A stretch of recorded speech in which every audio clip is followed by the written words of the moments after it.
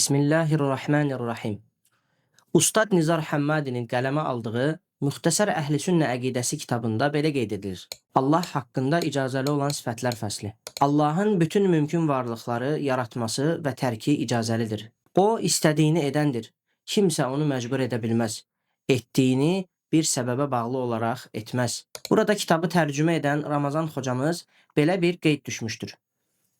Biz demişdik ki, Allahın varlığı vacibdir, yəni özündəndir.